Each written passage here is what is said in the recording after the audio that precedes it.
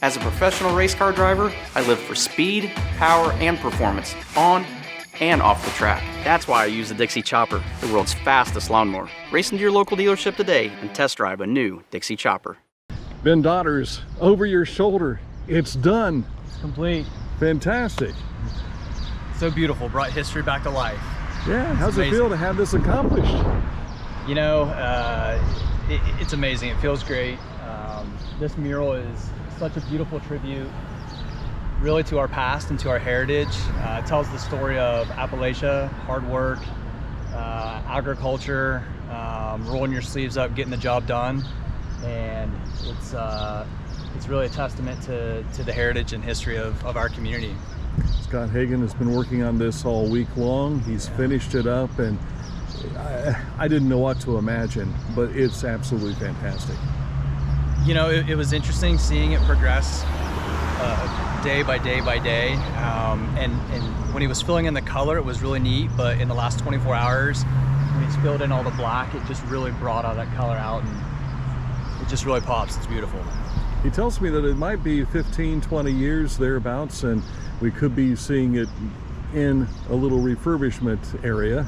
So, yeah. But that's good.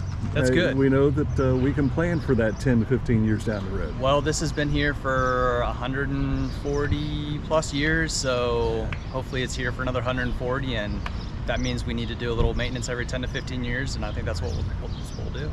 We talked about this earlier. Let's kind of do a quick little review. Yeah. The building that was next to your building was torn down about 2006, and suddenly this mural was exposed. Yeah, so the building that burned down in 2006 was built in 1892. So from 1892 to 2006, that mural was completely hidden. No one knew it was here.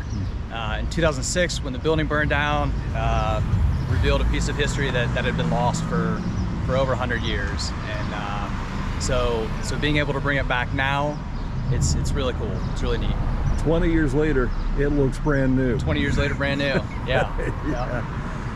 The Ohio History Connection helped out with a grant to make sure this happened. This is not the last of it. You're going to be able to light this up, huh? Yeah, so this is kind of phase one of a two-phase project. The Ohio History Connection, a bunch of other local donors that believe in preserving our history, celebrating our history, stepped up to help fund the total project. So phase one is done. Phase two is going to be exciting. We're going to add some outdoor lighting to it. That'll happen over the next month or so. And man, that thing is going to be beautiful at night when it's glowing. We wondered what it would look like if it would pop, and man, is it popping. Yep. We like it. Yep.